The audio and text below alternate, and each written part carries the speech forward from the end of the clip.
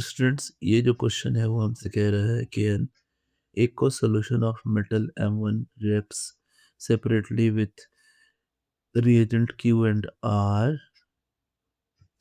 in the excess to give tetrahedral and square planar complexes respectively. An aqueous solution of another metal M2 always form tetrahedral complexes with these reagent. Aqueous solution of M2 reaction with reagent S gives white precipitate which dissolve in excess of S. The reaction summarized in the scheme below. ये question salt analysis और complex compound का mix है और easy सवाल है अगर आप इसे बनाना चाहें तो। देखिए ध्यान से, हमारे पास ऑप्शंस क्या क्या है।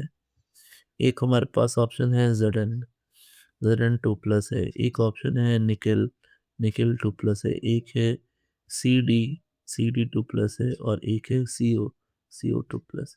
और हमसे कह रहा है दो तरह के रिएजेंट है, एक क्यू है और एक आर है।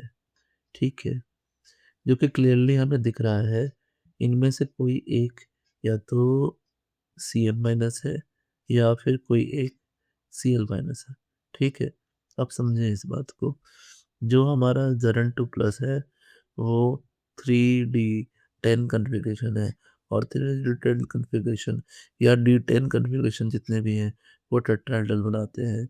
उसी तरह CD2 प्लस भी टेट्राहेड्रल ही बनाएगा, क्योंकि जो हमारा इलेक्ट्रॉनिक कन्फिग्रेशन है डी कम्प्लीटली फिल्ड है और इसीलिए वो टेट्राहेड्रल बनाएगा। जो CO2 प्लस है वो CO2 प्लस क्वाड्रेंशियम 6 भी जा सकता है। CO2 प्लस ऐसा कर सकता है, वो क्वाड्रेंशियम 6 भी जा सकता है।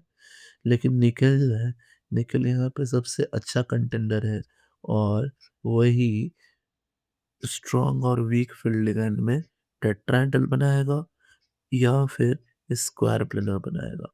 तो टेट्राहेड्रल कब बनाएगा? जब हम HCl के साथ उसकी रिएक्शन कराएंगे।